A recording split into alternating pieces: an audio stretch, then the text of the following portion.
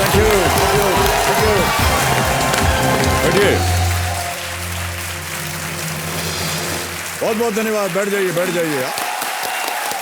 आदर आदाब, अभिनंदन, आभार।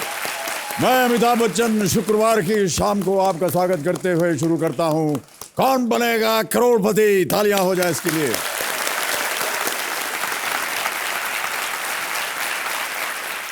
देवियों सज्जनों, शिक्षा को लेकर आमतौर पर यह धारणा बन गई है कि अच्छे नंबरों से पास होना, ऊंची ऊंची डिग्री हासिल करना ही सफलता है और ऐसा न कर पाना असफलता है।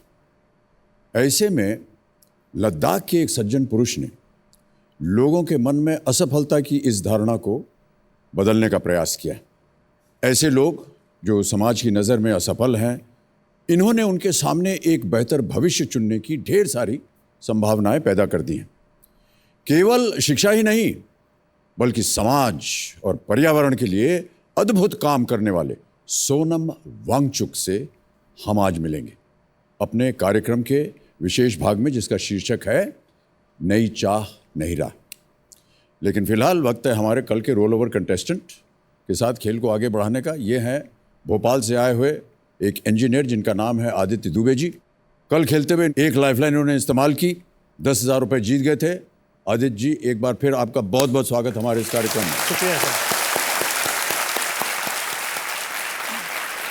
और आदित्य, इससे पहले कि गेम को आगे बढ़ाएं, आपके बारे में लोग और ज़्यादा जानना चाहते हैं, तो हमारे पास एक वीडियो है जिसे हम दिखा दें, फिर उसके बाद आपसे हम चर्चा करते हैं। Can we have the video please?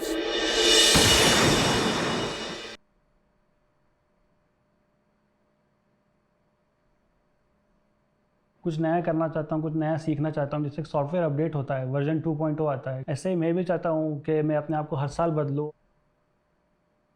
Aditya कभी ख़त्म नहीं होना चाहिए, एक अनएंडिंग नॉवल होना चाहिए जिसमें एक किरदार की मृत्यु होती है, दूसरे किरदार का जन्म होता है। अपनी राइटिंग सुधारना है, कुछ लिखना कैसे है सीखना है। मैं सोचता हूँ कि अगले 1 साल तक मैं एक विदेशी भाषा सीख सकूँ, कुछ नया सीखने को मिले, कुछ डाइवर्स टाइप का एनवायरनमेंट हो। इसलिए मैंने फिर सिविल सर्विस की तैयारी शुरू करी। मुझे ऐसा सपना है कि जैसे अभी कुछ समय पहले एक मिशन आया था वर्जिन गैलेक्टिक का कि मार्स के ऊपर कॉलोनी बनाना चाहते हैं हम। मैंने वहाँ भी अप्लाई किया था, लेकिन मेरा बदकिस्मती से नाम नहीं आया। टाइम ट्रेवल का मुझे मौका मिलता है, जैसे स्टीफन हॉकिंग काफ़ी कोशिश कर रहे हैं उसके ऊपर। अगर टाइम ट्रेवल संभव होता है तो मैं टाइम ट्रेवल ज़रूर करना चाहूँगा। केबीसी मेरे लाइफ में एक रॉकेट की तरह काम करेगा। जितनी धनराशि मुझे अपने कर्ज को ख़त्म करने के लिए चाहिए, उसके ऊपर जितनी भी राशि है वो मैं पूरा अपने आप पे खर्च करने वाला हूँ। तो मैं एक लेड बैक लाइफ जीऊँगा, आराम से रहूँगा, खाऊँगा पीऊँगा, टीवी देखूँगा, फिर जिम ज्वाइन करूँगा, पर्सनल ट्रेनर रखूँगा, हेयर ट्रांसप्लांट करवाऊँगा, सोना बाथिंग लेंगे, क्लब की मेंबरशिप लेंगे। मैं स्विमिंग सीखना चाहता था, तो अच्छे क्लब में स्विमिंग सीखने जाऊँगा। केबीसी में आने के बाद आपको एक नया आदित्य देखने को मिलेगा।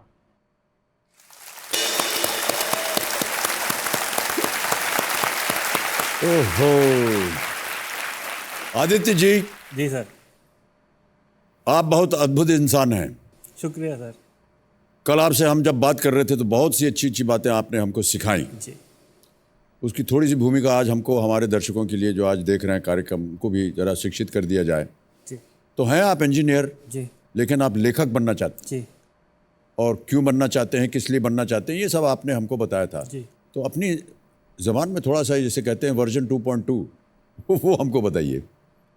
सर जैसे आपको मालूम है वर्जन 2.2 मतलब कुछ नई चीज़।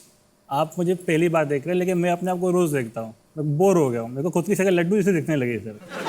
तो मैं चाहता हूँ कि वो लड्डू को थोड़ा स्पाइस करके कुछ नया पिज्ज़ा विज्ज़ा बनाया जाए, ताकि उसको नए रूप में मार्केटिंग करें।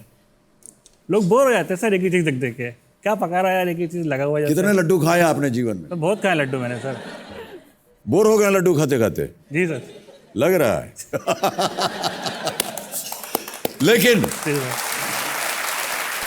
अभी आपकी हमने छवि देखी थी, आप बैठ करके कुछ लिख रहे थे जी। और 10-12 कागज आपने लपेट के फेंक दिया। जी। मतलब आपको पसंद नहीं आया आपने जो लिखा। जी। अभी तक आपने कुछ भी लिखा है? जी नहीं सर, मैं कोशिश करता हूँ, लिखता हूँ। अभी तक लिखा ही नहीं आपने? तो जितना कागज फेंका था उसमें क्या लिखा था? कुछ नहीं सर, सोचते कुछ और है, वो जब कागज़ पे आता है तो बहुत बोरिंग सा लगने लगता है। किसी दोस्त को पढ़वा तो बोलते क्या बकवास है यार। मेरा शाब्दिक ज्ञान आप बोल सकते हो उतना अच्छा नहीं है कि वो मैं अपनी पूरी कल्पना को वो सही रूप दे पाऊँ। तो कैसे आप पहुंचेंगे उस स्तर पर? सीख के सर, सीख के। सर। बहुत अच्छे ख्यालात हैं आपके आदित्य जी, बहुत बहुत हम बधाई देते हैं आपको, और आप इसी काम में सक्षम हो, हमारी उम्मीद है। आपके पिताश्री भी आज ऑडियंस में है, नमस्कार करता हूं आपको और बहुत बहुत स्वागत आपका। और आपकी माताजी भी यहाँ हैं, उनका आशीर्वाद है आपके साथ, और आपके छोटे भाई साहब शुभम, जो कि एक जोड़ीदार के रूप में हो सकेगा, आप उनकी मदद लेंगे जब कहीं अटक जाए आप। जी सर। तैयार हैं भाई साहब आप? तो चलिए लेट्स प्ले कौन बनेगा करोड़पति।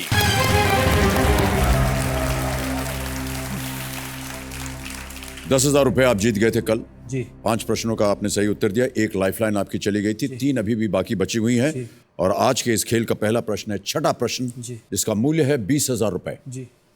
अगला प्रश्न आदित्य जी, आपके स्क्रीन के ऊपर ये रहा।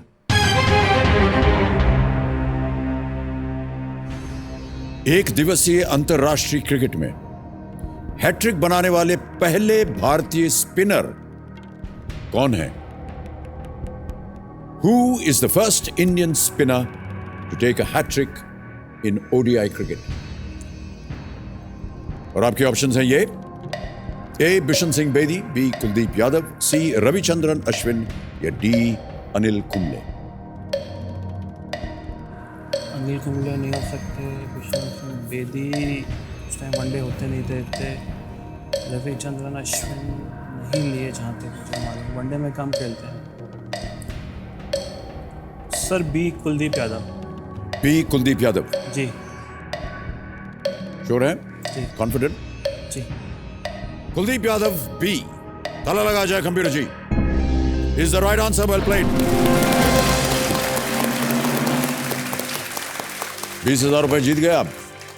अभी हाल ही में कुलदीप यादव ने 21 सितंबर 2017 को ऑस्ट्रेलिया के विरुद्ध खेलते हुए हैट्रिक बनाई। उनसे पहले भारत के चेतन शर्मा और कपिल देव हैट्रिक बना चुके हैं, पर वे तेज गेंदबाज थे, पेस बॉलर से। आपने खेल देखा था ऑस्ट्रेलिया का नहीं, जिसमें उन्होंने हैट्रिक बनाई? मेरा जन्मदिन था सर उस दिन। तो क्या हुआ, क्रिकेट नहीं देखेंगे आप अपने जन्मदिन पे? तो देख नहीं पाए थे। 21 सितंबर को आपका जन्मदिन था। जी। Belated birthday greetings to you भाई साहब, और आपकी तरफ से। हमने देखा था इनको, 3 धड़ाधड़ विकेट मार दिया, हमको बड़ी खुशी हुई। ऑस्ट्रेलिया के साथ जब खेलते हैं ना, तो वो लोग बहुत बदमाशी करते हैं। हाँ, वो कुछ उकसाने के लिए कुछ बोलते रहते हैं, कुछ गाली गलौज चलता है वहाँ पर। लेकिन अभी क्या है, हमारे जितने खिलाड़ी हैं ना, सब नई जनरेशन है, उल्टा जवाब दे देते हैं। एक आध लोग तो बल्ला लेके चल पड़ते हैं उनकी तरफ, है कि नहीं? देखा होगा आपने, बहुत अच्छा लगता है हमको। जैसे वो करें बर्ताव आपके साथ, उससे दुगना बर्ताव उनके साथ करना चाहिए। दैट जैसे क्या है एकदम ओके। अब आ रहा है अगला प्रश्न, 7वां प्रश्न है, 40,000 रुपए मिलेंगे इसके लिए, और वो प्रश्न आपके सामने ये रहा। कालिदास का रघुवंश और कुमार संभव किस प्रकार का साहित्य है? What form of literature are Kalidasa's Raghuvansham and Kumar संभव? ऑप्शन सुनिए: A novel, B poetry, C drama, D short story.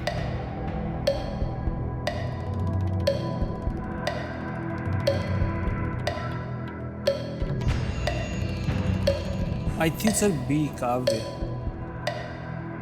Ji, I think B काव्य, बट कंफ्यूजन है, नाटक भी हो सकता है। लेखक हैं आप, आपको इसका उत्तर तो मालूम होना चाहिए। मैंने पढ़ा नहीं सर, जहाँ तक मुझे याद है श्लोक्स में लिखते हैं वो।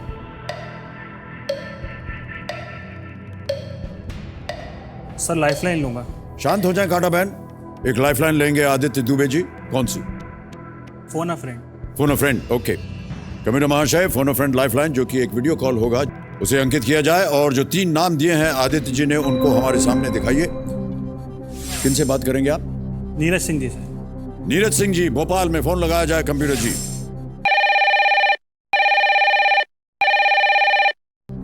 नीरज सिंह जी प्रणाम करता हूं, अमिताभ बच्चन बोल रहा हूं, कौन बनेगा करोड़पति से। वाह वाह, बहुत खूब। नीरज जी, मेरे सामने आदित्य दुबे जी बैठे हैं, हॉट सीट पर हैं और एक प्रश्न का उत्तर जानते नहीं, आपसे मदद मांग रहे हैं। तो अभी उनकी आवाज आप सुनेंगे, वो एक प्रश्न पढ़ेंगे, 4 ऑप्शंस हैं और 30 सेकंड के अंदर आपको बताना होगा कि इसका सही उत्तर क्या है। अगली आवाज आदित्य जी की। आदित्य जी, आपका समय शुरू होता है अब। कालिदास का रघुवंश और कुमार संभव किस प्रकार का साहित्य है? उपन्यास, काव्य, नाटक या लघु कथा? रघुवंश और कुमार संभव किस प्रकार का साहित्य है? उपन्यास, काव्य, नाटक या लघु कथा?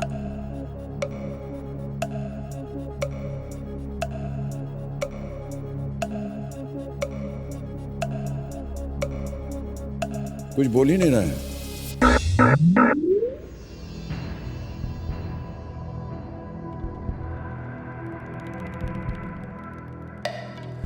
सर, घड़ी चल पड़ी है। दूसरी लाइफलाइन। एक और लाइफलाइन लेंगे आदित्य जी, कौन सी? 50-50। 50-50 लाइफलाइन को अंकित किया जाए कंप्यूटर जी।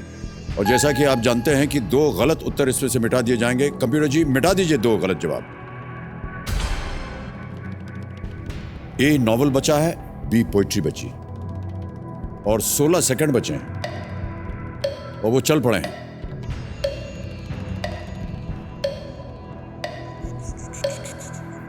जल्दी बोलिए।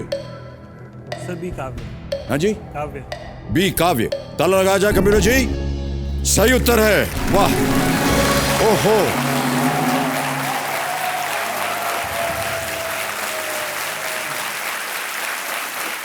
पहले आपकी नजर जा रही थी शायद काव्य पे, लेकिन आपके मित्र ने भी कोई जवाब नहीं दिया। आगे बढ़ते हैं आदित्य जी, कोई बात नहीं, अभी भी आपके पास एक लाइफलाइन बची है और अगला प्रश्न आएगा, 8वां प्रश्न, जिसका मूल्य है 80,000 रुपए। तैयार हो जाइए। अगला प्रश्न स्क्रीन के ऊपर ये रहा।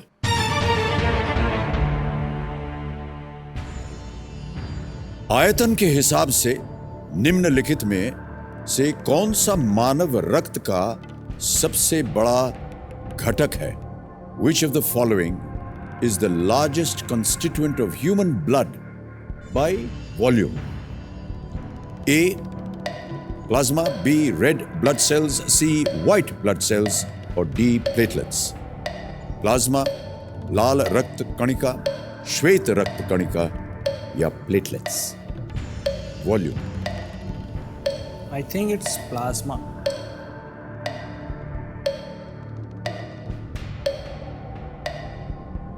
अपनी सोच हमें मत बताइए, आपको बताना पड़ेगा। ताला लगाएं ना लगाएं, क्या करें? सर, ये प्लाज्मा। ताला लगा दें। जी। प्लाज्मा ए पर ताला लगाया जाए कंप्यूटर जी। कुछ सोच विचार में थे आप, क्या सोच रहे थे आप? सर, जब रक्तदान करते हैं, मैं भी करता हूँ, तो उसके 5 भाग होते हैं, 5 चीज़ें बनाई जाती हैं। यही प्लेटलेट्स अलग किए जाते हैं, प्लाज्मा अलग किया जाता है। मुझे ऐसा अनुमान था कि प्लाज्मा जो है वाटर से बनता है और वाटर का पोर्शन ज़्यादा होना चाहिए, तभी वो फ्लो करेगा शरीर में, इसलिए मुझे प्लाज्मा लग रहा था। सही उत्तर है आपका, वेल प्लेड। 80,000 रुपए जीत गए आप। खून आरबीसी, डब्ल्यूबीसी, प्लेटलेट्स और प्लाज्मा से बना है। नॉर्मली 55% प्लाज्मा होता है। प्लाज्मा 92% पानी होता है, जैसे कि अभी आपने कहा। 7% वाइटल प्रोटीन्स और 1% mineral salts, sugars, fats, hormones और विटामिन्स का बना होता है। प्लाज्मा बिल्कुल सही उत्तर आपका। बहुत खूब उत्तर दिया आपने, बहुत सोच समझ करके दिया आदित्य जी। इसी तरह आगे भी बढ़िएगा आप। नवा प्रश्न आ रहा है 1,60,000 रुपए का। तैयार है? अगला प्रश्न स्क्रीन के ऊपर ये रहा। ग्रीनिच मीन टाइम का नाम किस देश के एक शहर के नाम पर है? Greenwich Mean Time is named after a place in which country? A. Germany, B. Ireland, C. France, or is it D. England?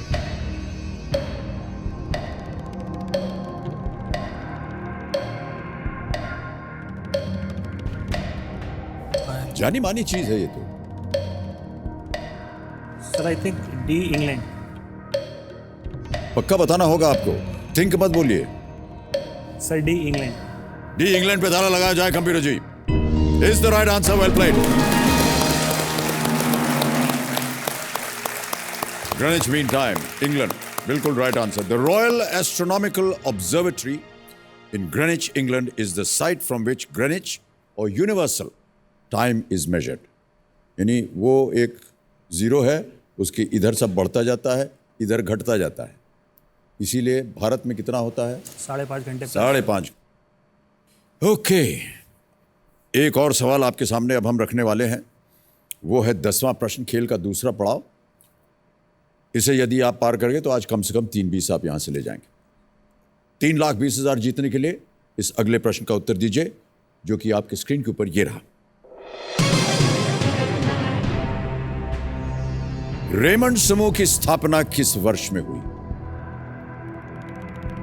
In which year was the Raymond Group incorporated? Option सुनिए. A 1900, B 1919, C 1925, or is it D 1947? Sir lifeline लूंगा. शांत हो जाएं कांटा बहन. आदित्य जी अपनी lifeline, जो कि आखिरी लाइफलाइन है, जोड़ीदार की लाइफलाइन, उसे इस्तेमाल करना चाहेंगे. इसे अंकित किया जाए. और जोड़ीदार जी शुभम दुबे जी, आइए मदद कीजिए अपने भाई साहब की. तालियों के साथ इनका हम स्वागत करते हैं.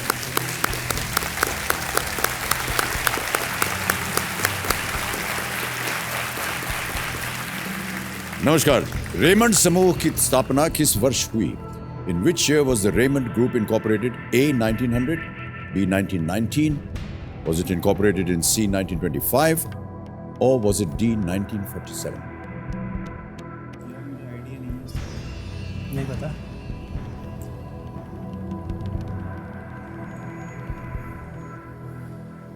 मुझे ऐसा याद आ रहा है कि एडवर्टाइजमेंट सिर्फ 1925 या 1947 दिखाते हैं. कंफ्यूजन है इसमें. रेमंड सिंस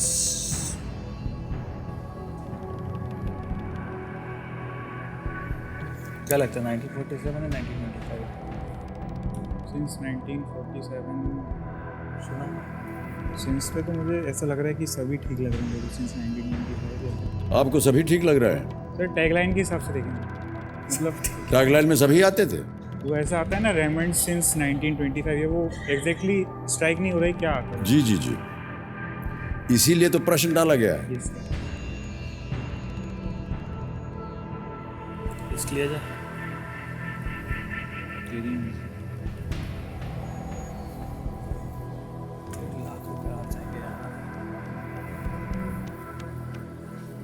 क्या करना चाहेंगे?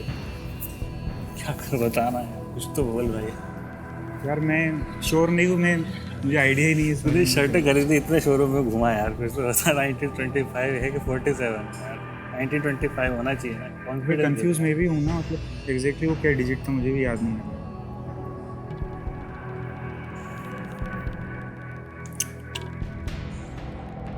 अगर आप श्योर हैं तो मुझे कहिए, हम लॉक कर देंगे. वरना आप क्विट भी कर सकते हैं. 1,60,000 रुपए आप जीत रहे हैं. लेकिन यदि सही हो गया तो आप 320 जीत जाएंगे. लाइफलाइन और नहीं है आपके पास, दुर्भाग्यवश.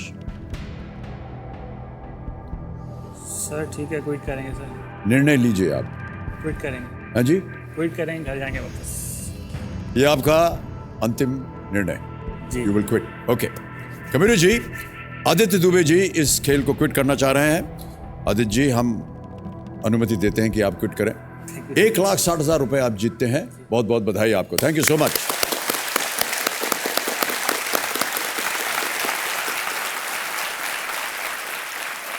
अब हमें जवाब बताना है जनता को, तो किसी एक को गेस कीजिए. C 1925. C 1925. ओके, 1925 C पे ताला लगाया जाए कंप्यूटर जी. भाई साहब, अगर आप ये सब बोलते तो ये सही उत्तर होता. Raymond is one of India's biggest textile manufacturers and marketers, owned by the Singhania family.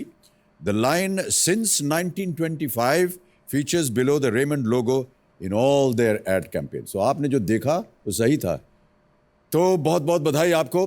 Thank you so much for being with us. एक बार तालियां बज जाएं आदित्य दुबे जी के लिए. और आदित्य जी, ये डिजिटल का ज़माना है. ये डिजिटल द्वारा जितनी भी आपकी जीती हुई धनराशि ये पहुंच जाएगी आपके अकाउंट में. आपका नाम आ गया, ऐड पे ही आ गया, फंड ट्रांसफ़र. 1,60,234 1,60,000 आ गया, कंफर्म किया और 1,60,000 आपके अकाउंट में पहुंच गया। तेज है, सुरक्षित है और बहुत आसान है। बहुत बहुत बधाई सर आपको। आदित्य जी आपके साथ हम एक सेल्फी खींचेंगे, तालियां बजती रहें इनके लिए।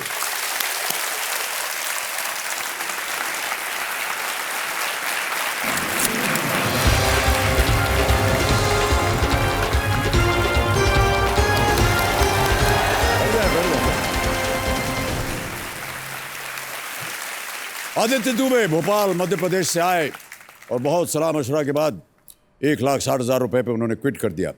देवियों सज्जनों, अब वक्त है हमारे आज के खास मेहमान सोनम वांगचुक को यहाँ आमंत्रित करने का। लेकिन उससे पहले हम अपने बाकी के जो खिलाड़ी हैं उनसे हम विदा लेते हैं और इन सभी खिलाड़ियों को हमारी ढेर सारी शुभकामनाएं और इनके लिए जोरदार तालियां बज जाए एक बार फिर। Thank you so much for being with us. देवियों सज्जनों, ये हमारा नया एपिसोड है नई चाह नई राह, लद्दाख।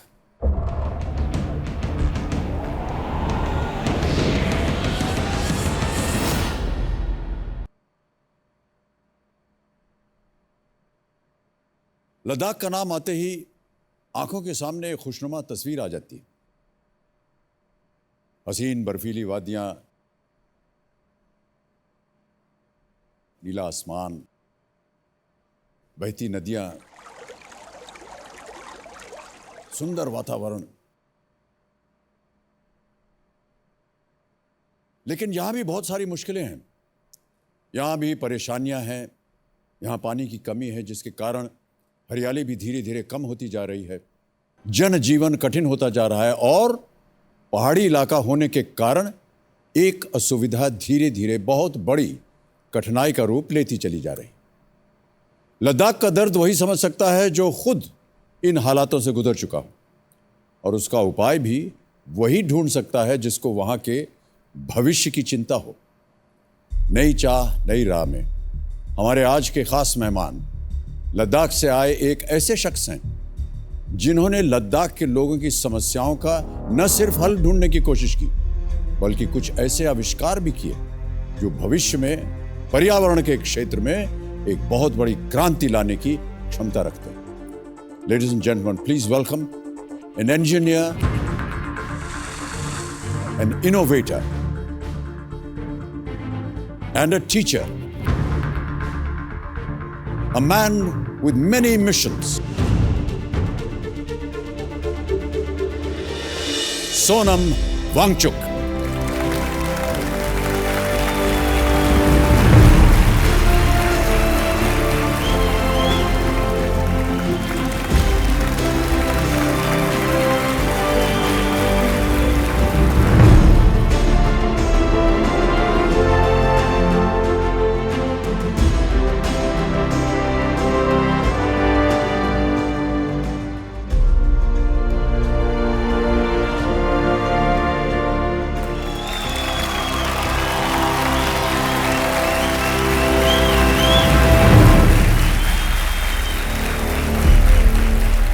देवियों सज्जनों, मुझे बड़ा गर्व हो रहा है आपसे और आपका परिचय देते हुए। सोनम वांगचुक जी ये लद्दाख से हैं। सबसे पहले सोनम जी, हम जानना चाहेंगे कि आपका ये जो नाम है इसका मतलब क्या है?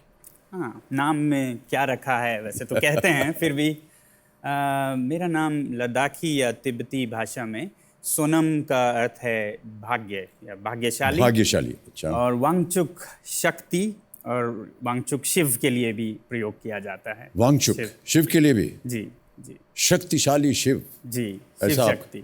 बिल्कुल, बहुत खूब। एक फिल्म बनी थी जी, जिसका शीर्षक था 3 इडियट्स, जिसमें जो मुख्य भूमिका थी आमिर खान साहब ने निभाई थी उसे फुनसुक वांगडू के नाम से। वो भूमिका शायद आपसे प्रभावित होकर हुई थी, क्या ये सच है? अब अगर आप कहें प्रभावित तो मैं ना नहीं कहूँगा। ज़्यादातर लोग कहते हैं वो आप पे बेस्ड है, तो मैं वो तो नहीं मानता कि वो बेस्ड है। इन्फ्लुएंस्ड या प्रभावित हम कह सकते हैं। मगर फिर मैं नहीं चाहता कि लोग इस देश में किसी भी काम को तब माने जब वो किसी फिल्म से जुड़ी हो। जी, तो ये अगर हो भी तो मुझे कोई गर्व नहीं, ना हो तो मैं इसमें कोई पछतावे की बात नहीं देखता। वाह, वाह। तो देवियों सज्जनों, सोनम जी ने वहाँ लद्दाख में students educational and cultural movement of Ladakh, जिसको सेकमॉल SECMOL की स्थापना इन्होंने की है, जो अपने आप में शिक्षा की एक अनोखी दुनिया है। उसके बारे में आप कुछ बताएं, ये क्या है ये सेकमॉल? जी, ये एक अभियान है शिक्षा में सुधार की। लद्दाख जैसे इलाके में ये साफ नज़र आता है कि हमारी शिक्षा प्रणाली, एजुकेशन सिस्टम कितना कम पड़ रहा है हमारे बच्चों के लिए। तो हमने सोचा जड़ों तक जाने की ज़रूरत है। सरकारी स्कूलों में, सभी सरकारी स्कूलों में परिवर्तन की ज़रूरत है। सरकारी इसलिए कह रहा हूँ क्योंकि भारत की आबादी ज़्यादातर सरकारी स्कूलों में है। हम कभी कभी इस खुश फहमी में रहते हैं कि हमारे बच्चे तो अच्छे प्राइवेट स्कूल्स में हैं, हमें क्या चिंता है। दरअसल भारत एक ऐसा देश है जहाँ शायद 5% बच्चे तो ऐसे स्कूलों में जाते हैं जो कि अमेरिकी स्कूलों से भी बेहतर हैं, मगर 95% ऐसे स्कूलों में हैं जो कि सब सहारन अफ्रीकन स्कूलों से भी बदतर हैं। तो ये गांव की हालत है, और ये हालत रहते हुए प्रगति तो क्या, उपद्रव यानी कि राइट्स और सोशल अनरेस्ट का ये नुस्खा है। तो इसलिए हमने सरकारी स्कूलों में बदलना चाहा हर चीज़ को। हमने ये देखा कि लद्दाख के जो वातावरण है उससे मेल नहीं खाती है शिक्षा प्रणाली।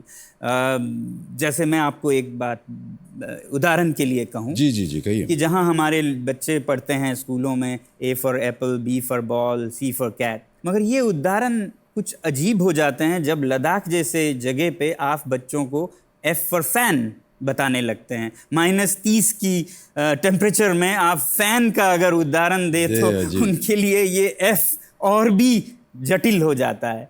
तो इन सब को देखते हुए हमने ये अभियान छेड़ी कि हम एक तरफ शिक्षकों को ट्रेनिंग दें, दूसरी तरफ पुस्तकों को सांदर्भिक बनाएं, कॉन्टेक्सचुअल बनाएं। तो लद्दाख में है तो लद्दाख की पहाड़ियों में जो जीवन है, वातावरण है लद्दाख का, उससे जोड़ें, उससे अनुकूल हो। फिर अभिभावक एक शक्ति हैं, उनकी अवहेलना ना करके उनको भी सम्मिलित किया जाए, वो एक ताकत बने शिक्षा के सुधार में। तो पुस्तकों को लद्दाख के लिए हमने बनाया। उसी तरह सरकार के साथ मिलके जो ये सब कदम लिए, इसका नाम था ऑपरेशन न्यू होप, शिक्षा सुधार की। तो इस कारण से जो ये मैंने कहा था आपको 5% की डिसमल रिजल्ट्स होते थे आज से 20 साल पहले, वो धीरे धीरे फिर 7-8 सालों में 55% तक पहुँची। फिर उसके बाद सर्व शिक्षा अभियान भी आई और हमारे सरकारी शिक्षक और अधिकारियों सब ने मिलके इसे 75% तक पहुँचाया। तो ये थी बदलाव। हमारे पास एक तस्वीर है जी, ये तस्वीर है आपके स्कूल की, या क्या कहा जाए, एजुकेशनल इंस्टीट्यूशन की। इसके बारे में हमें कुछ बताएं आप। जिस अभियान की मैं बात कर रहा था उसके बाद ये बनी है। जो अभियान थी वो तो सभी बच्चों को परीक्षाओं में ज़्यादा अच्छा करने के लिए छेड़ी गई, मगर फिर भी कुछ बच्चे फेल होते हैं, अलग होते हैं। तो हमने सोचा 25% भी फेल नहीं होने चाहिए, उनके लिए भी एक अवसर होनी चाहिए। तो एक अलग सा विद्यालय बनाया।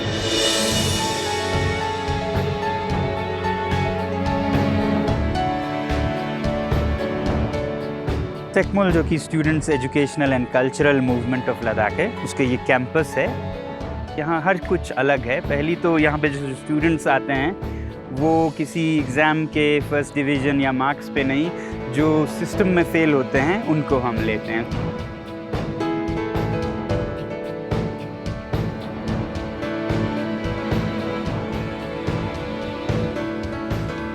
जो लोग फेल हुए हैं जी, उन्हीं को एडमिशन दिया जाएगा, या उनकी प्रतिशत जो है वो ज़्यादा प्राथमिकता दी जाएगी, और फिर उनके लिए ये स्कूल अलग। अगर आपको 95% मार्क्स मिले हैं तो ये ज़रूरी नहीं कि आपको एडमिशन मिल जाएगा, लेकिन यदि आप फेल हुए हैं 4-5 दफ़े तो वो एक अच्छा क्राइटेरिया बन जाता है आपकी। या नहीं, बहुत अच्छी बात है। देखिए, बहुत खूब। तो उसके बाद फिर ये विद्यालय चलता भी अपने ही तरह से है। क्योंकि अगर सामान्य तरीके से नहीं सीखे तो उस तरीके से सिखाएं जिससे वो सीखें। एंगल वो मधुबन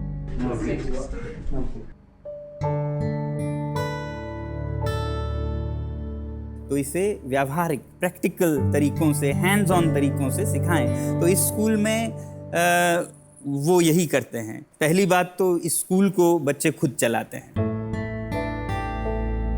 बच्चे एक छोटी सी सरकार बनाते हैं हर 2 महीने में। उनकी अपनी गवर्नमेंट है। जी जी, इलेक्शन होती है और वो एक छोटी सी गवर्नमेंट बनाते हैं। यही गवर्नमेंट 2 महीनों के लिए इस स्कूल को चलाते हैं और जो इलेक्टेड लीडर है वो अपने टीम के साथ वो अधिकार बांटते हैं। तो ये अधिकार नकली नहीं होते हैं, असली अधिकार होते हैं, जिसमें कि गार्डनिंग करते हैं बच्चे खुद, कुछ हद तक अपने खाद्य पदार्थ पैदा करते हैं, सब्जियां।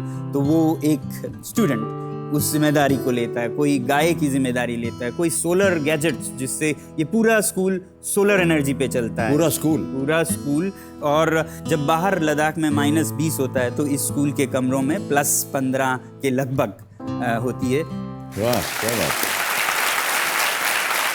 आपने कहा कि शिक्षा का भी जो माध्यम है वो उनका एक अलग तरीका है। जी, कोई उदाहरण दीजिए, किस तरह आप सिखाते हैं? जीवन से जोड़ने की कोशिश करते हैं। जैसे अगर स्टेटिस्टिक्स में आप average, mean, bar chart, pie chart वगैरह पढ़ रहे हैं, तो जो स्टूडेंट गाय की देखभाल करते हैं वो उस गाय के दूध उत्पादन की ट्रैकिंग करते हैं और उस पे बार चार्ट्स बनाते हैं, ग्राफ्स बनाते हैं और एवरेज क्या प्रोडक्टिविटी रहे उस पे वो अप्लाई करते हैं।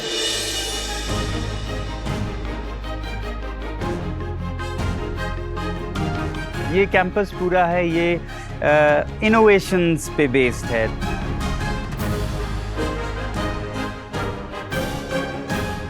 हम इलेक्ट्रिसिटी और जनरेटर के बदले में हम लोग सूरज की रोशनी इस्तेमाल करके हम लोग यहाँ पे खाना पकाते हैं और घर भी गर्म रखते हैं। सोनम सर से मैंने ये चीज़ सीखा है। उन्होंने हमेशा हमें बोला है कि आप नौकरी देने वाला बनो, नौकरी ढूंढ के नौकरी करना तो बहुत आसान चीज़ है।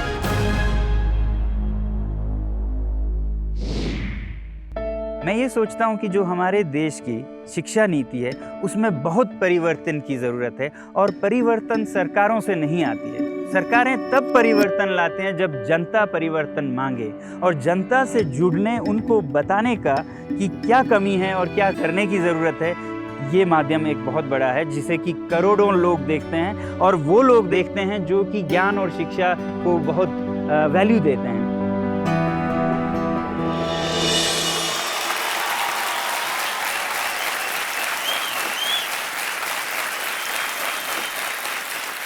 एक पता नहीं वो आपके शिष्य थे या कौन थे जिन्होंने वीडियो में कहा कि नौकरी मांगने वाले ना बने, देने वाले बने। मांगने वाले ना बने, देने वाले बने। इसके बारे में थोड़ा सा और बताइए हमें। जी बिल्कुल सही कहा आपने। जी, आमतौर पर हम देखते हैं कि पढ़ाई करके नौकरी लेंगे, नौकरी लेंगे। मैंने कभी कम ही बार सुना है कि नौकरी नहीं, मालिकी करेंगे हम। हाँ। सपना ही नौकरी, आप समझ सकते हैं किस शब्द से आया है। जी। तो हम ये कहते हैं कि किसी पे मोहताज क्यों, आप अपना संभल के औरों के लिए भी दे सकें, ऐसा बनिए। Job makers rather than seekers. यहाँ पर सोनम जी हम एक तस्वीर दिखाना चाहेंगे, एक और तस्वीर। कौन है ये?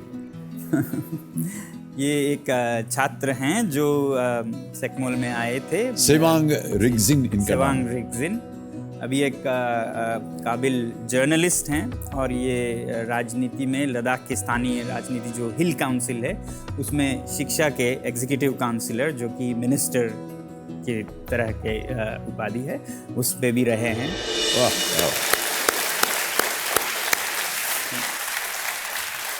तो देवियों सज्जनों, आज ये जो गुरु शिष्य की जोड़ी हमारे साथ खेलेगी, तो चलिए मैं आमंत्रित करता हूं श्री सेवांग रिगजिन को।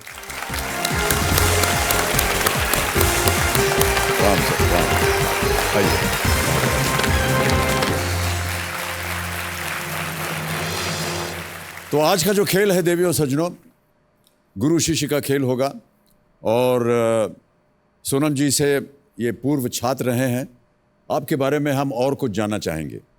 सर अभी इन्होंने कहा सेगमोल जो स्कूल है जी वहाँ पे जो लोग फेल होता है उनको लाया जाता है जी। तो मैं भी फॉर्चुनेटली फेल था सर। तो मैं 6th अटेम्प्ट पे पास हो गया एग्ज़ाम किसी तरह से। फिर उसके बाद 10th क्लास का जी सर। फिर उसके बाद सेगमोल में कम भी किया, फिर ग्रेजुएशन, फिर कॉरेस्पॉन्डेंट किया था सर। 6 बार आपने प्रयत्न किया, 5वीं बार आप फेल हुए, जी सर। सेगमोल गए, जी सर। शिक्षा प्राप्त की, जी सर। एक जर्नलिस्ट की भूमिका आजकल आप निभा रहे हैं। जी सर। स्टेट टाइम्स जो कि लद्दाख की एक बहुत प्रचलित पेपर है, और फिर शिक्षा प्राप्त करने के बाद आप राजनीति में गए और एक मंत्री की उपाधि भी आपने प्राप्त की। ये संभव हुआ इनकी धारणा से। जी सर। क्या बात है। कंपेनियन के रूप में आप सोनम जी किन्हें लाए हैं? कंपेनियन मेरी सिस्टर हैं बहन है आपकी। दुचन डोलमा जी जी। दुचान, नमस्कार और बहुत बहुत स्वागत है आपका। और जोड़ीदार के रूप में गीतांजलि जी यहाँ पर, नमस्कार। गीतांजलि जी हैं जिन्होंने हमारे इस यूनिवर्सिटी को अपना कंपनी जो उन्होंने स्थापित किया था उसको छोड़कर उन्होंने ज्वाइन किया। ऐसे ही पूरे देश से हमें समर्थन मिल रहा है। कुछ कंपनीज़ के सीईओज जो सैबैटिकल ले लेके इस काम में जुड़ने के लिए लद्दाख आके काम कर रहे हैं। बहुत बहुत बधाई आपको, बड़ा नेक काम कर रहे हैं आप। तो सबसे पहले बताइए आप सोनम जी कि क्या विषय है या क्या कॉज है जिसके लिए आज आप खेल रहे हैं, और यदि यहाँ से आप धनराशि लेकर के जाते हैं तो उसका क्या कीजिएगा? मेरे यहाँ आने के 2 लक्ष्य हैं। एक तो आपने कॉज की बात की, तो ये जो आपने स्कूल देखा उससे प्रभावित होके हम ये सोच रहे हैं कि यूनिवर्सिटी यानी उच्च शिक्षा में भी ऐसे ही सुधार होने चाहिए जहाँ सब कुछ थियोरेटिकल है, चॉक टॉक एंड पेपर, उसी में बच्चों की ज़िंदगी गुजर जाती है। ज़िंदगी के लिए तैयार तो होते नहीं हैं, एम्प्लॉयबल तो होते नहीं हैं, एम्प्लॉयर्स को उन्हें सिखाना पड़ता है 4 साल बर्बाद करने के बाद। तो हम ऐसी एक यूनिवर्सिटी की स्थापना कर रहे हैं जिसका नाम Himalayan institute of alternatives Ladakh है, जिसमें हर चीज़ प्रैक्टिकली हो, आधे से ज़्यादा समय फील्ड में प्रैक्टिकल्स में गुजरे और फिर कुछ सलाह थियरी के भी हों। तो दूसरी बात, ये पहाड़ों के लिए खासकर एड्रेस करे, क्योंकि पहाड़ों के सॉल्यूशंस न्यू दिल्ली और न्यूयॉर्क से नहीं मिलेंगे, हमारे ही युवा को इसको खोजना होगा। तो ऐसी एक हम यूनिवर्सिटी शुरू करने जा रहे हैं, और उसके लिए हम धनराशि इकट्ठे करने का एक इंटरनेट पर भी क्राउड फंडिंग कैंपेन चला रहे हैं जिससे कि सब लोग जुड़ पाएँ। तो एक तो ये है, जो भी जीतते हैं हम उसमें वो करेंगे। दूसरी बात, धनराशि से ज़्यादा मेरे लिए ये महत्व रखता है कि हमारा देश शिक्षा के इस अवस्था को समझे, क्योंकि जैसा मैंने कहा, अगर हमारे सरकारी स्कूलों की हालत ये रही तो भविष्य में प्रगति नहीं बल्कि सोशल अनरेस्ट होने की ज़्यादा। तो मैं ये चाहता हूँ देश के सामने एक मैसेज रखना कि हमें अपने गांव के जो विद्यालय हैं उन्हें संभालना होगा, जैसे हम कोशिश कर रहे हैं। जब तक हमारे हर बच्चा शिक्षित नहीं हो, भारत औरों की तुलना में आगे नहीं जा पाएगा। 5% आसमान में, 95% ज़मीन में, ऐसे देश की तरक्की नहीं होगी। जी जी, बहुत खूब, बहुत अच्छी विचारधारा है आपकी। सोनम जी और सेवांग जी, सब कुछ तैयार है और आपके साथ अब हम गेम खेलेंगे। और गेम खेलने से पहले आपको नियम बता दें हम, यहाँ पर आपके सामने 16 प्रश्न आएंगे। 15वां प्रश्न 1 करोड़ रुपए का, 1000 रुपये से शुरुआत होगी, बढ़ते बढ़ते आप जाएंगे ऊपर। 10वें प्रश्न तक आपको 60 सेकंड मिलेंगे। यहाँ पर एक घड़ी है, कांटा बैन, ये चलती रहेंगी, आपको सुनाई देगा। ये देखिए 16वां प्रश्न जो है वो है 7 करोड़ रुपए का, ये है जैकपॉट प्रश्न। और 6ठे प्रश्न से हम शुरुआत करेंगे आपके साथ, और जब तक हूटर नहीं बजता तब तक हम खेलते जाएंगे। और हम उम्मीद करते हैं आप यहाँ से ढेर सारी धनराशि लेकर के जाएं, और ये जो बहुत ही नेक और very unusual kind of work that you are doing, may it be successful. Thank you so much. एक बार फिर तालियां। तो देवी और सज्जनों, लेट्स प्ले कौन बनेगा करोड़पति। तो आपका जो खेल है उसका पहला प्रश्न है, 6ठा प्रश्न यहाँ पर, जो कि देगा आपको 20,000 रुपए। तैयार हो जाइए। 6ठा प्रश्न 20,000 रुपए आपके स्क्रीन के ऊपर ये रहा। पहला प्रश्न जो है वो गाने से शुरू हो गया। ये गाना किस फिल्म से है? फिल्में वगैरह देखते हैं कि नहीं आप वहां लद्दाख में? थोड़ा बहुत। थोड़े बहुत। आप थोड़ा बहुत देखते हैं। ओके, गाना सुनाया जाए।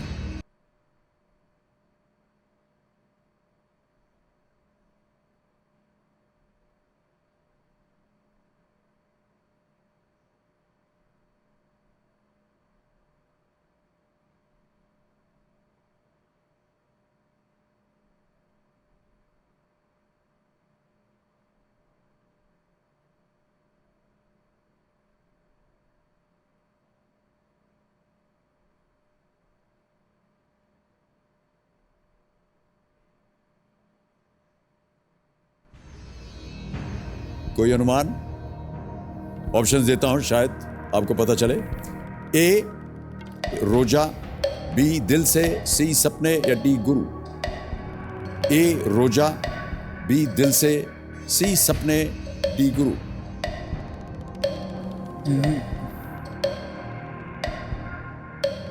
कोई आइडिया नहीं है? नहीं सर। दोनों के पास?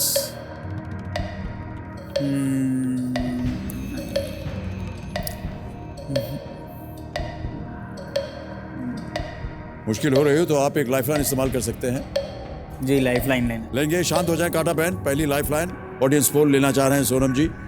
ऑडियंस तैयार हो जाइए, वोटिंग मीटर हाथ में रखिए। गाना तो आपने सुना ही होगा, अब बताइए कि ये कौन सी फिल्म का है। ए रोजा, बी दिल से, सी सपने या डी गुरु। आपका समय शुरू होता है अब।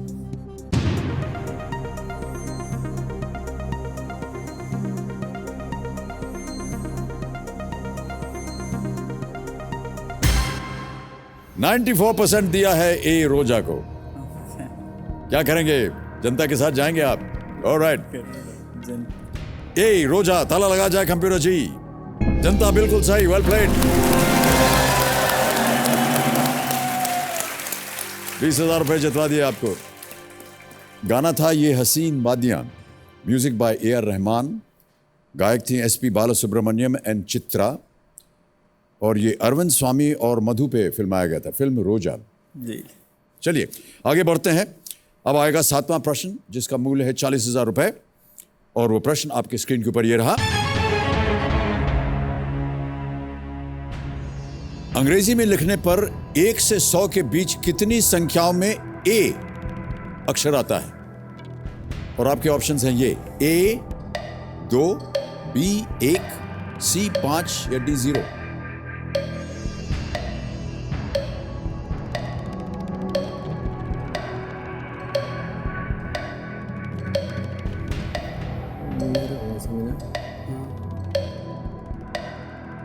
काउंटते रहेंगे तो आपको पता चल जाएगा इसका उत्तर।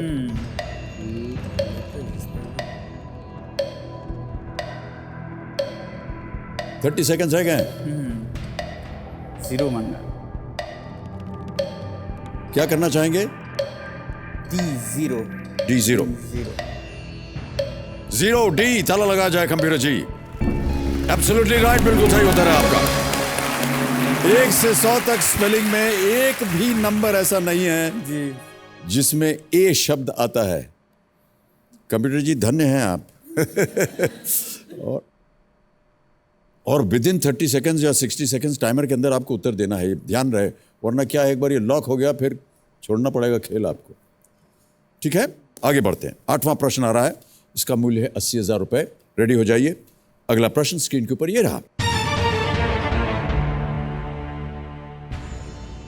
किस अमेरिकी आविष्कारक ने यह कहा था कि प्रतिभा 1% प्रेरणा और 99% परिश्रम है? Which American inventor said genius is 1% inspiration and 99% perspiration? Option सुनिए। A. Albert Einstein, B. Steve Jobs, C. Alexander Graham Bell, or is it D. Thomas Alva Edison? D.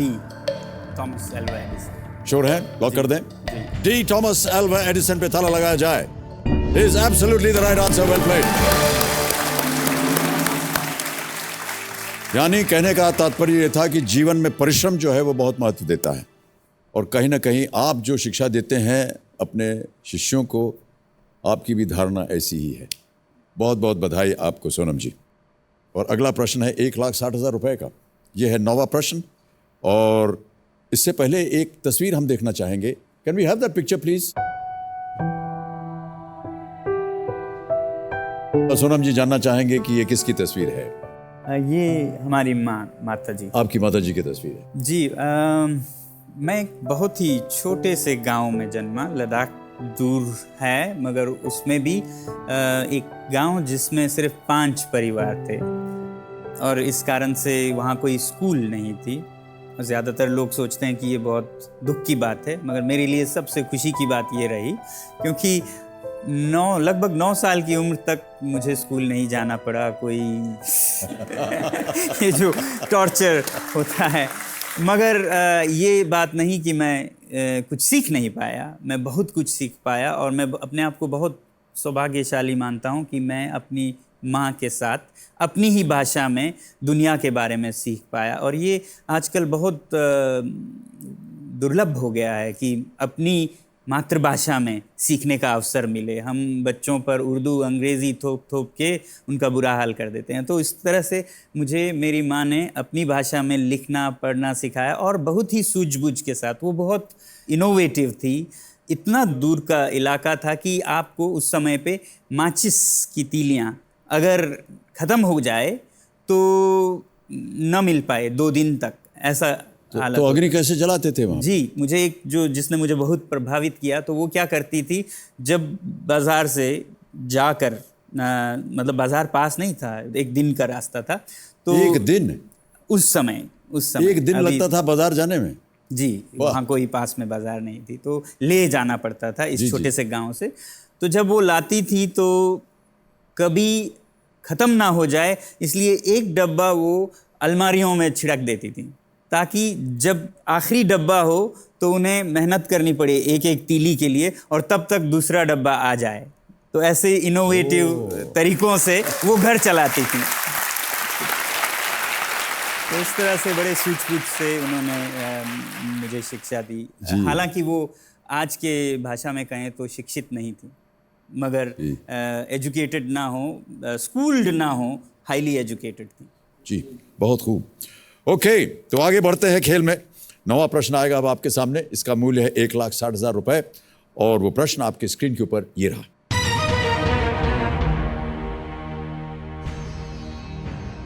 Khan अकादमी, जो कि शिक्षा का एक मुफ्त ऑनलाइन प्लेटफॉर्म है, के संस्थापक कौन है? Who is the founder of Khan Academy, a hugely popular free online education platform? सुना होगा आपने इसके बारे में? जी जी। अब मैं ऑप्शंस रखता हूं आपके सामने। A, Mohammad Yunus, B, Salman Khan, C, Fazlur Rahman Khan, D, Imran Khan. B, Salman Khan. B, Salman Khan. ताला लगा दें? जी। सलमान खान, बी। ताला लगाया जाए computer ji. Is absolutely the right answer. Well played.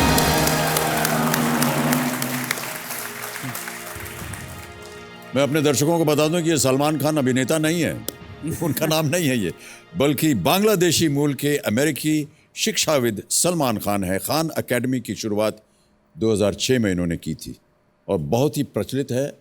भयंकर किस्म के लोग इससे शिक्षा प्राप्त करते हैं, और ये दरअसल हैं बांग्लादेशी, लेकिन अब अमेरिकी एक रेजिडेंट हो गए हैं, और वहाँ से इन्होंने ये एकेडमी चलाई है।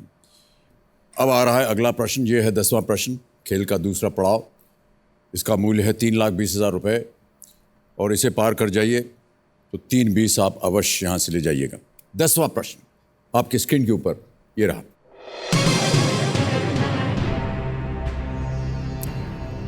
बौद्ध मान्यता के अनुसार किस वृक्ष के नीचे रानी माया देवी ने गौतम बुद्ध को जन्म दिया था? According to Buddhist tradition, under which tree did Queen Maya Devi give birth to Gautam Buddha? और आपके ऑप्शंस हैं ये: A, people, B, Chandan, C, साल, और इज इट द D, बरगद? पीपल, चंदन, साल या बरगद? पीपल। जी। श्योर है?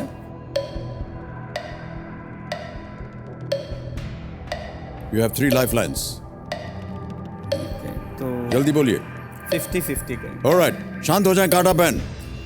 सोनम जी और सेवांग जी अपनी 50-50 लाइफ लाइन इस्तेमाल करेंगे। इसको अंकित किया जाए और जैसा कि आप जानते हैं 2 गलत ऑप्शन मिटा दिए जाएंगे। कबीर महाशय, 2 गलत ऑप्शंस को मिटा दिया जाए।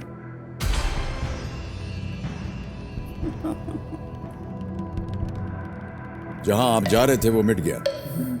घड़ी चल पड़ी है, जल्दी बोलिए। एक चंदन है, एक सीसाल है।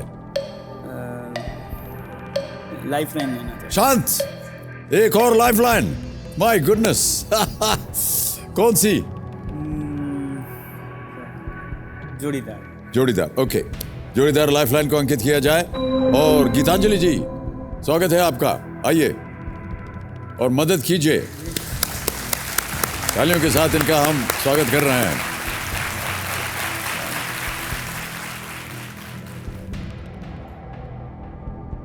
बौद्ध मान्यता के अनुसार किस वृक्ष के नीचे रानी माया देवी ने गौतम बुद्ध को जन्म दिया था?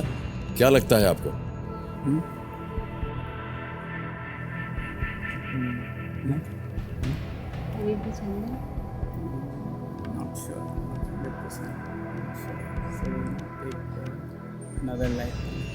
क्या चल रहा है आपके मन में गीतांजलि जी?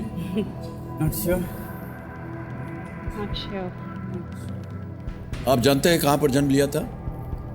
लुम्बिनी। हैं? लुम्बिनी।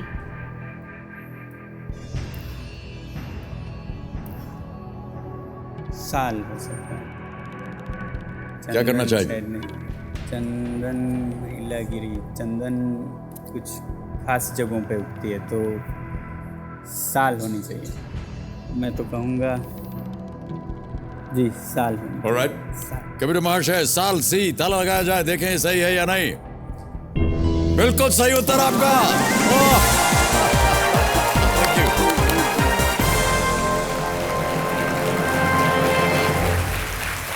तालियां बज जाएं। 3,20,000 रुपए का चेक सोनम जी और उनके शिष्य को। 3,20,000 रुपए का चेक आपके नाम। बहुत बहुत धन्यवाद सर, बैठे रहिए आप।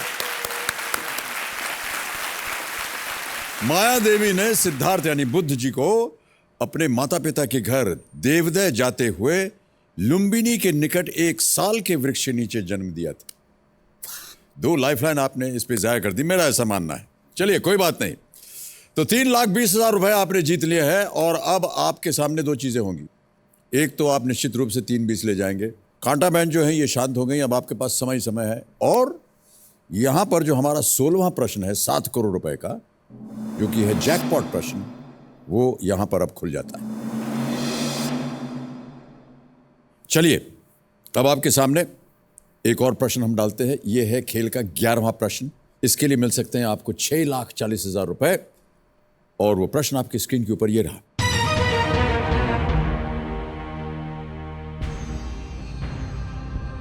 भारत के किस पड़ोसी देश की राजधानी का नाम वहां पर बने एक लकड़ी के मंदिर के कारण पड़ा है? The name of the capital city of which neighbouring country of India refers to a wooden temple. Option सुनिए। ए नेपाल, बी श्रीलंका, सी म्यांमार, डी भूटान। नेपाल ए। नेपाल ए, क्योंकि ताला लगा दिया जाए। काठमांडू कष्ट मंडप से निकला। कष्ट मंडप, काठ की मंदिर। जी जी ताला लगा दे। जी। नेपाल ए पे ताला लगा जाए। बिल्कुल सही उत्तर है आपका। काठमांडू, और आपने उसका विश्लेषण भी दे दिया है। काठमांडू नेपाल की राजधानी। काठमांडू शब्द संस्कृत शब्द काष्ठमंडपम का अपभ्रंश है। ये एक लकड़ी के मंदिर जिसे राजा लक्ष्मीनाथ सिंह ने एक ही पेड़ की लकड़ी से 1596 में बनवाया था। बहुत उम्दा जवाब दिया आपने सोनम जी, बहुत बहुत बधाई आपको। धन्यवाद। और अब एक हम तस्वीर और दिखाना चाहेंगे और आपसे पूछना चाहेंगे कि ये क्या है। सोलन जी, आप बताएंगे कि ये क्या है ये तस्वीर में? ये आइस स्तूपा या बर्फ़ के स्तूप, हिम स्तूप हैं, जो कि एक तरीका है आजकल के समय में जब पानी की बहुत समस्याएं हो रही हैं, खासकर जलवायु परिवर्तन या क्लाइमेट चेंज के कारण। तो हम लद्दाख में किस तरह से जो स्प्रिंग टाइम में जबकि सारे पौधे पेड़ पानी मांगती हैं जी, उस टाइम पे पानी की बहुत कमी होती है, क्योंकि अभी ग्लेशियर्स पिघलते नहीं, जल्दी होता है ग्लेशियर्स के लिए इस वक्त स्प्रिंग में, अप्रैल मई में। तो इस समय पानी कैसे लाया जाए कि हम पेड़ पौधे उगा सकें या जो खेत में कमी हो रही है पानी की वहाँ पानी उपलब्ध कराएं। तो इसके लिए हम क्या करते हैं कि जो सर्दियों में जब कोई खेती नहीं करता तब भी झरनों में, नदी में पानी बहती है, और उसको अगर सर्दियों में हम जमा दें तो फिर वो गर्मियों तक रहे और पानी तब दे पिघल कर। मगर वो आसान नहीं है, क्योंकि बर्फ़ तो जमती है मगर वो पिघल जाती है मार्च में ही।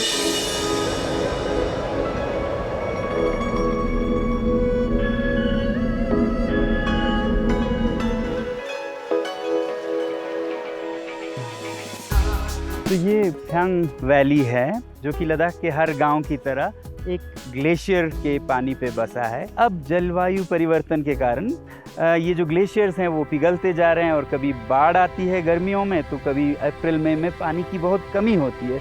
मगर हम यहाँ पे ये तजुर्बा कर रहे हैं कि जो सर्दियों में पानी ज़ाया जाती है नदी में, क्योंकि कोई खेती करता नहीं है, उसको हम ले जाके डेजर्ट में कैसे जमाएं, बर्फ़ के रूप में पानी जमे जनवरी फरवरी में और पिघले अप्रैल मई में, जब हर पौधे को, हर किसान को पानी की ज़रूरत है। तो आइस स्तूपा प्रोजेक्ट के अंदर ये पायलट प्रोजेक्ट है, जिसमें कि 5000 पेड़ लगाए गए, एक ऐसी जगह जहाँ पर कभी पेड़ नहीं उगते थे, पानी नहीं था। अब 5000 अगर उग सकते हैं तो 50,000, 5 लाख तक जितना भी पानी ज़ाया हो रहा है उसे जमा कर हम पूरे ये जो पीछे आप रेगिस्तान देख रहे हैं, डेजर्ट, उसको हरा भरा कर सकते हैं। शुरू में जब ये स्कूल में बना था तो हमने अपने बच्चों के साथ मिलके एक पाइप के साथ बिना किसी खर्चे के प्रोटोटाइप इसका बना लिया था। जब पायलट बनाने की बात आई तो हमें बड़े मोटे पाइप्स लगाने थे, क्योंकि वो सिर्फ एक आइस स्तूपा नहीं, 50 आइस स्तूपा के लिए एक ही बार में पाइप ज़मीन के नीचे गाड़ना होता है ताकि जमे ना।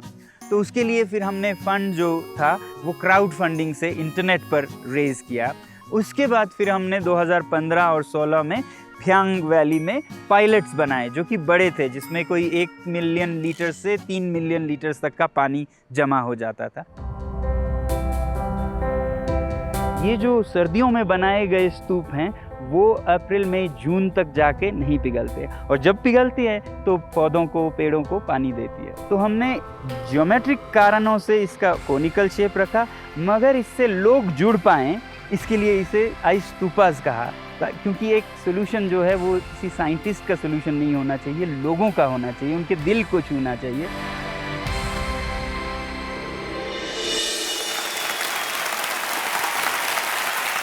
सर्दी में जितना भी पिघला हुआ पानी ग्लेशियर वगैरह से आता है, उसमें आप एक ऐसा पाइप लगाते हैं, उस पाइप को खड़ा करते हैं, ग्रेविटी से, उस फोर्स से वो पानी सर्दियों में, जबकि -20-30 डिग्री टेम्परेचर होता है, तो वो एक फव्वारे की तरह छूटता है। जैसे ही वो आकाश में ऐसे छूटता है वो जमना शुरू हो जाता है, क्योंकि टेम्परेचर जो है वो बहुत कम है, और जब गिरता है तो वो बर्फ़ बनता रहता है, और उसको आपने स्तूपा के आकार दिया हुआ है, क्योंकि स्तूपा वो अपने आप बनता है, नैसर्गिक, नेचुरली वो स्तूपा का या कोन का आकार लेती जी, है। बिल्कुल। फिर हमने सोचा कि ये कोन हमारे स्तूपाओं से मिलती जुलती है, जी। इस कारण से बनाया नहीं। जब बना तो हमने सोचा कि ये जो समस्या के समाधान है वो एक इंजीनियर या साइंटिस्ट के नहीं होने चाहिए, लोगों के दिल को छूना चाहिए, इसलिए हमने इसे स्तूपा का नाम दिया। और न सिर्फ इतना, हमने जो धर्म गुरु हैं हिज हॉलीनेस छेचांग रिम्पोचे,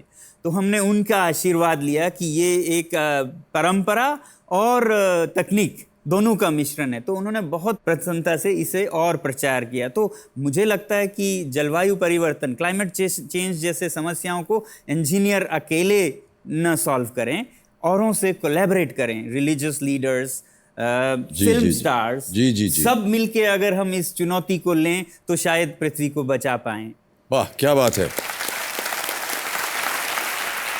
एक स्तूपा में जी, कितना पानी जमा होता है? जो अभी आपने देखा उसमें 3 मिलियन लीटर्स यानी कि 30 लाख लीटर, आसान शब्दों में कहें तो जो पानी के बड़े टैंकर्स होते हैं, उसमें शायद 10,000 जी 10,000 लीटर आते लीटर हैं। आता तो 1 लाख में 10 हो गए, तो 30 लाख में 300 टैंकर पानी इस एक आकार स्तूपा में में। जमा वाह होता क्या बात है। बहुत बहुत बधाई आपको सोनम जी। और अब गेम को आगे बढ़ाएंगे हम। अब आ रहा है 12वां प्रश्न। इसका मूल्य है 12,50,000 रुपए। बहुत ध्यान से खेलिएगा। अब आपके पास केवल एक ही लाइफलाइन बची है। अगर आपको सही उत्तर मालूम हो खेलिएगा, लाइफलाइन लेना चाहें लाइफलाइन ले सकते हैं, और किसी भी समय आप क्विट कर सकते हैं। तो 640 आपने जीते हुए हैं, वो आप आज 640 ले जाइएगा। 12वां प्रश्न, 12,50,000 रुपए आपकी स्क्रीन के ऊपर ये रहा।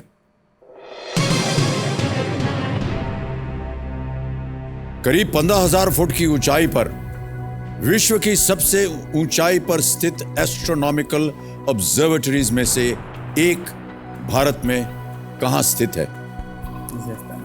Where in India is one of the world's highest astronomical observatories situated at an altitude of nearly 15,000 feet? Option सुनिए। A Tawang, B Hanle, C Muthurai, D Mangan. B Hanle sir. B Hanle. Sure है? श्योर। ताला लगा दिया जाए। हनले B, ताला लगाया जाए कंप्यूटर जी। 12,50 जीत गए आप। Well played.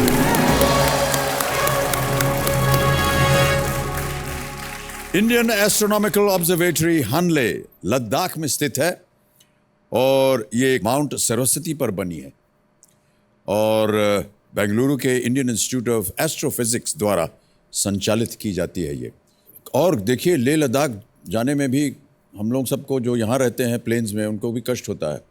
मैं गया था अपनी एक फिल्म की शूटिंग के लिए वहाँ लद्दाख, तो 2 दिन तो चित रहना पड़ता है, एकदम कुछ कर नहीं सकते, सांस नहीं ले सकते हैं। आप लोग कैसे रहते हैं वहाँ, इतना काम दौड़ कर? तो और ज्यादा ऊंचाई पे होते हैं तो और भी सांस लेने तो में जी तकलीफ होती है। नहीं वो हाइट की बात हो रही, उसमें अक्लामेटाइज करना पड़ता है अपने आप को। वो एक टैबलेट देते हैं, 2-3 दिन के लिए वो गोली खानी पड़ती है। उसके बाद धीरे धीरे फिर काम शुरू करते हैं, फिर सांस वगैरह नॉर्मल होता है वहाँ पर। बहुत खूब। और 2 हमारे बहुत ही ख़ास मेहमान हैं जो आपसे बातचीत करना चाहते हैं। उनका मैं यहाँ पर कहता रहता हूँ ना, देवियों सज्जनों, तो एक देवी जी हैं, एक सज्जन जी हैं। ओके। वो अभी प्रकट होंगे, आपसे बातचीत करना चाहते हैं। हाँ जी, कहाँ हैं आप दोनों? ये है। नमस्ते नमस्ते नमस्ते नमस्ते सोनम जी, सेवांग जी। नमस्ते नमस्ते। सोनम जी, हमने सुना है कि आपको 9 भाषाएं आती हैं, क्या ये सच है? जी बोल लेता हूँ। कौन कौन सी? पहली तो लद्दाखी जो कि मेरी मातृभाषा है, फिर हिंदी, इंग्लिश, फिर फ्रेंच, नेपाली, उर्दू, हमारे पड़ोस की बाल्टी और तिब्बती, इस तरह से कई भाषाएं। इतनी सारी भाषाएं आपको मालूम है? वाह क्या बात है।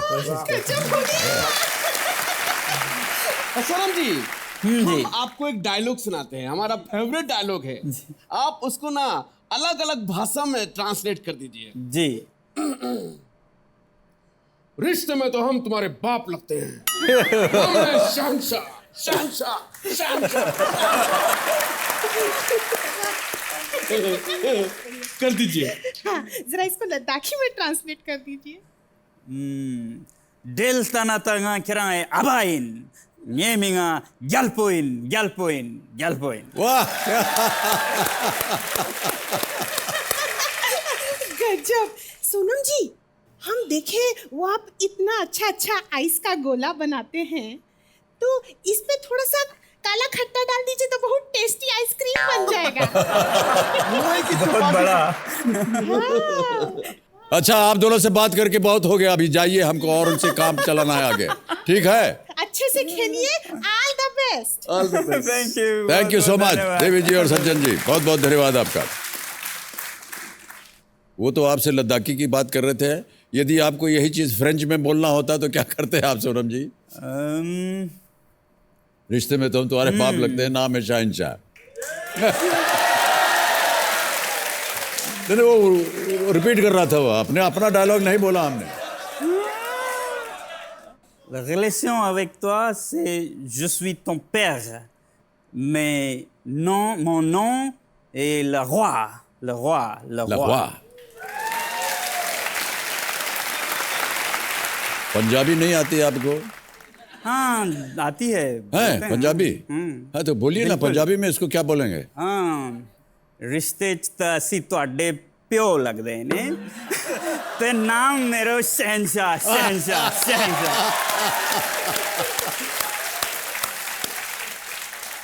वाह क्या बात है। Thank you so much Saurabh ji, big spot you are.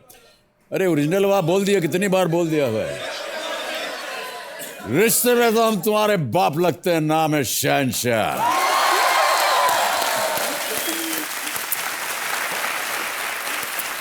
Okay, अब अगला प्रश्न आएगा, 13वां प्रश्न। इसका मूल्य है 25 लाख रुपए। बहुत ध्यान से खेलिएगा, केवल एक ही लाइफलाइन बची है। आप 12,50,000 रुपए जीत गए हैं। 13वां प्रश्न, 25 लाख रुपए आपके स्क्रीन के ऊपर ये रहा।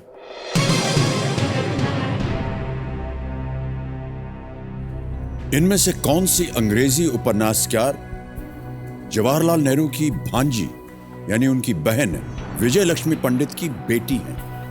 Which of these English novelists is the niece of Jawaharlal Nehru, the daughter of Nehru's sister Vijay Lakshmi Pandit? Option सुनिए। A.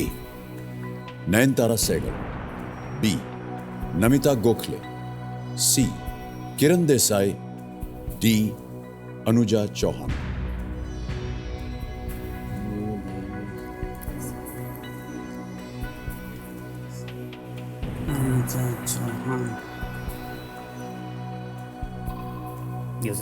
बहुत प्रचलित लेखिका हैं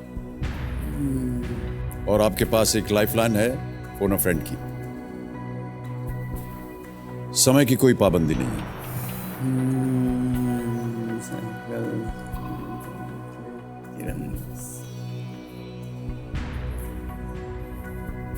लाइफलाइन लेना चाहिए। लाइफलाइन लेंगे? ऑलराइट। कबीर महाशय, सोनम जी और सेवांग जी अपनी आखिरी लाइफलाइन फोन अ फ्रेंड लेंगे, इसे अंकित किया जाए और जो 3 नाम इन्होंने दिए हैं उन्हें बताया जाए। ये 3 नाम आपने दिए हैं। देखिए, इससे पहले मैं ये कहूँगा आपसे कि हमारे लद्दाख में कनेक्टिविटी इतनी ख़राब है कि टेलीफोन कॉल्स करना तो संभव लगभग नहीं होगा। तो इसलिए मैं यहाँ ये भी कहूँगा कि आप के द्वारा सरकार से कहिएगा कि लद्दाख जैसे संवेदनशील जगह पर कनेक्टिविटी तो अच्छी, कनेक्टिविटी दी जाए। जैसे कि जाहिर है। तो ये आपकी बात सुन रहे हैं, पूरा देश सुन रहा है, कुछ ना कुछ हो ही जाएगा। जी जी जी। हमारे जो दोस्त हैं ये दिल्ली में हैं। अच्छा। हम इनके मेंटर रहे हैं। मैं अन्नपूर्णी चंद्रशेखर से जुड़ना चाहूँगा। अन्नपूर्णी चंद्रशेखर, नई दिल्ली में। फोन लगाया जाए कंप्यूटर जी और देखें इनके पास इस प्रश्न का उत्तर है या नहीं।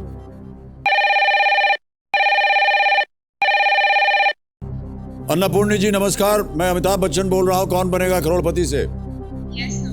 ओके अन्नपूर्णी जी, मेरे सामने सोनम जी और उनके एक तरह से शिष्य मान लीजिए सेवांग जी बैठे हुए हैं हॉट सीट पर, और एक प्रश्न का उत्तर है नहीं इनके पास, आपसे मांग रहे हैं, तो आपकी मदद चाहिए होगी।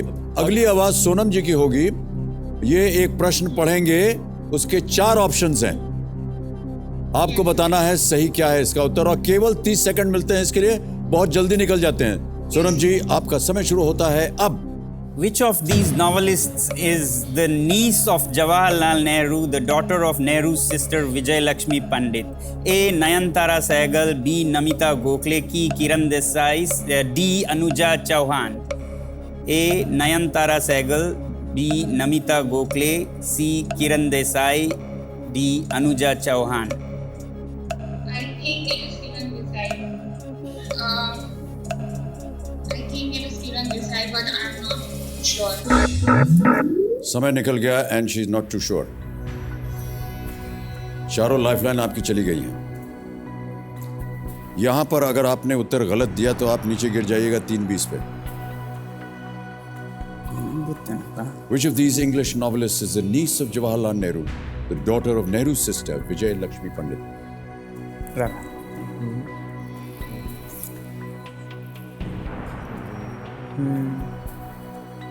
किसी एक की तरफ आपका ध्यान जा रहा है? नयनतारा सहगल की तरफ जा नयनतारा रहा है, सहगल मगर करें।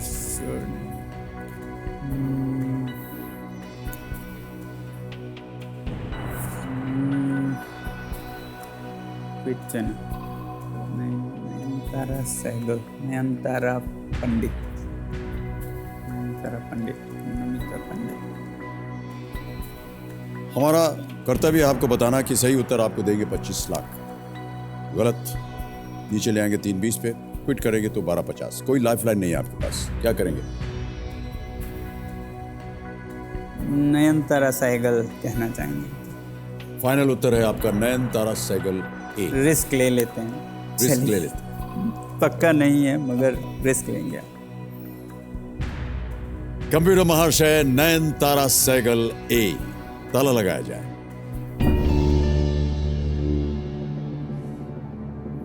क्या लग रहा था आपको, क्यों आपने सोचा कुछ आप उसका? मैं क्योंकि सहगल गोखले तो नहीं पहचान रहा हूँ, किसी तरह सोच रहा था कि पंडित नाम से कभी सुना है या जुड़ सकता है, क्योंकि एक कश्मीरी नाम है और बहुत ही फ्लिम्जी ग्राउंड्स पर रिस्क ले रहा हूँ। आपने बहुत ही फिल्मजी ग्राउंड्स पर रिस्क लिया है। 25 लाख रुपए आप जीत गए। Is the right answer. Well played sir. Nayantara Sehgal, winner of the 1986 Sahitya Academy Award, written books like Rich Like Us, Lesser Breeds, and edited Before Freedom, Nehru's Letters to His Sister. Nayantara Sehgal. All right. एक और तस्वीर हमारे सामने हम देखना चाह रहे हैं। ये क्या है? ये लद्दाख का आप कह सकते हैं राष्ट्रीय खेल, आइस हॉकी। लद्दाख का राष्ट्रीय खेल है ये, आइस हॉकी है और उस पर भी लद्दाख की महिला आइस हॉकी टीम है।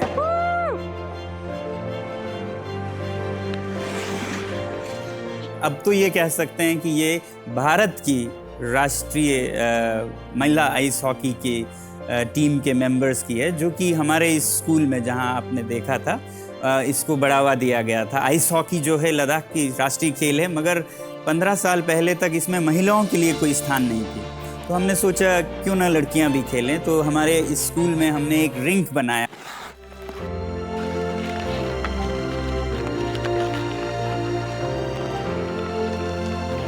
जो कि रिंक वैसे तालाबों और बड़े झीलों में ही हो पाती थी, जिसके कारण लड़कियां नहीं जा पाती थी। तो हमने एक तकनीक निकाला जिससे कि लड़कियों के गर्ल्स हॉस्टल के सामने ही एक रिंक बनाया, तब लड़कियां खेलने लगी। और उसके बाद हमने दूर दराज के स्कूलों में इसको बढ़ावा देकर 2 टीम बनाए ज़िला के स्तर पर, फिर ये स्टेट और नेशनल स्तर पर लड़कियां खेलने लगी। आपको मैं ये बताना चाहूँगा कि 2016 और 17 में इन लड़कियों ने भारत को रिप्रेजेंट किया ताइपे में और बैंकॉक में as India's national women's ice hockey team. बहुत खूब। तो इसमें से आधे जो टीम के खिलाड़ी थे वो इस स्कूल से निकले हुए थे, जो जैसा आप कह रहे थे बहुत ही कठिन परिस्थितियों में इस स्कूल में आते हैं, मगर ये नेशनल चैंपियंस बन के निकले। और देखिए महिला टीम जो है वो भी भारतवर्ष से, और वो भी आइस हॉकी टीम, वो आपके वहाँ से निकले। बहुत ही सराहनीय बात है। ओके, अब आगे बढ़ते हैं। आ रहा है 14वां प्रश्न 50 लाख रुपए के लिए। जी, पिछले प्रश्न में आपको बहुत कष्ट उठाना पड़ा था। मैं फिर आपसे अनुरोध करूंगा कि यदि आपको इसका सही उत्तर पता हो तो ही खेलिएगा।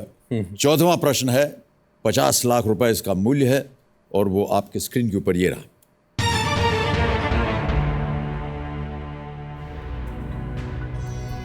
भारत का पहला पूरी तरह से ऑर्गेनिक या जैविक राज्य कौन सा है?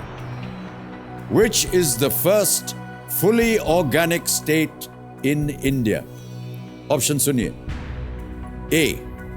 अरुणाचल प्रदेश, B. मिजोरम, C. सिक्किम, और इज इट D. केरल? सी सिक्किम। बड़ी जल्दी उत्तर दे दिया आपने, श्योर है?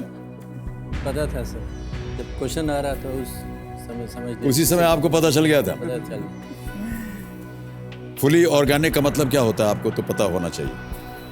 जी क्या किया जाए? लॉक किया जाए सर। सोनम, आपको जी। you'll have to agree to this। बिल्कुल, जैविक खेती जिस पे हम लद्दाख में कोशिश कर रहे हैं, और सिक्किम पहले से ही हो चुका है, और हम सिक्किम को काफ़ी अच्छी तरह जानते हैं। सिक्किम सी। ताला लगा जाए कंप्यूटर जी। 50 लाख जीत लिया आपने, वेल प्लेड। बहुत बहुत बधाई आपको। 2016 में Sikkim became India's first fully organic state by implementing practices and principles laid down in the National Program for Organic Production. They converted around 75,000 hectares of agricultural land into certified organic land.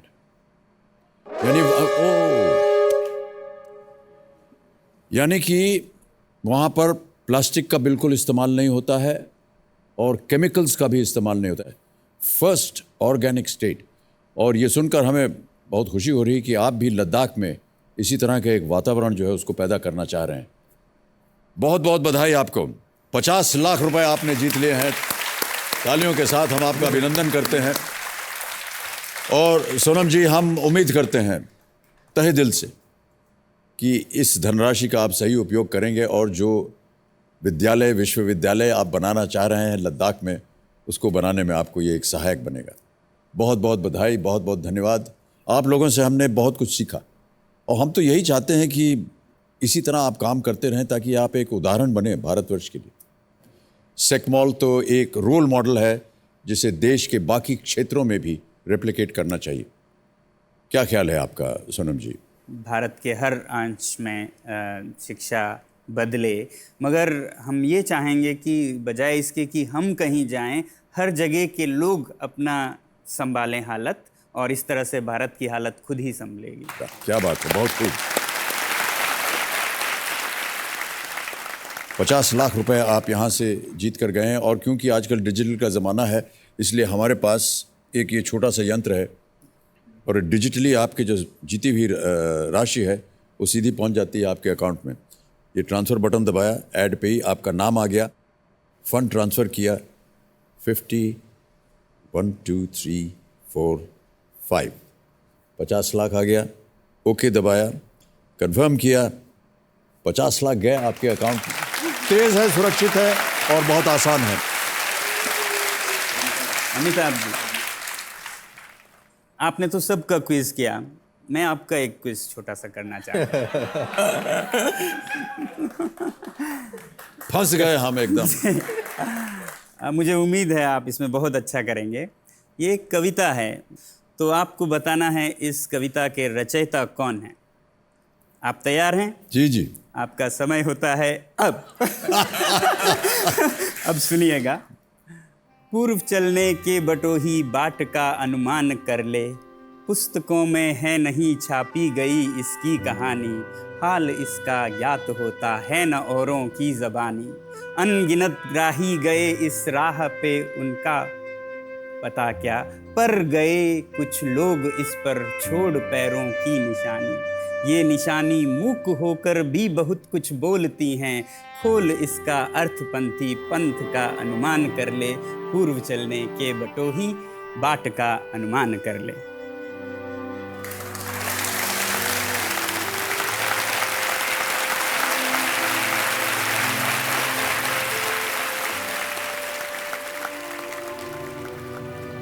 ये बाबूजी की कविता है। जी, आपको एक ही choice है। एक ही choice में है और इसी में बोल रहा हूँ कि डॉक्टर हरिवंश राय बच्चन जी की ये कविता है। बिल्कुल करें। बधाई हो। बहुत बहुत धन्यवाद आपका।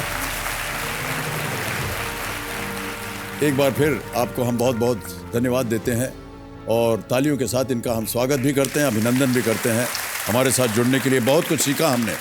Thank you sir, thank you so much Aman ji, thank you sir. एक सेल्फी हम लेंगे, यहाँ पर आप खड़े हो जाएं, क्योंकि तालियां मचती रहें इनके लिए, please. Thank you. You have to stand here sir.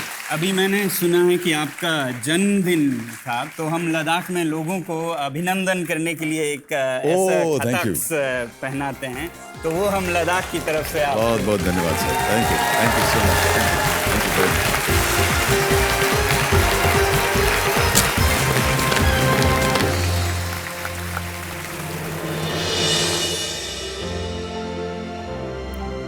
हम उम्मीद करते हैं कि आज सोनम वांगचुक की उपलब्धियां देखकर आपको भी वो मार्गदर्शन मिला होगा, वो प्रेरणा मिली होगी, जिससे आप भी किसी का जीवन संवारने में अपना योगदान दे सकें। इसी विचारधारा के साथ अब हम आपसे आज्ञा लेते हैं।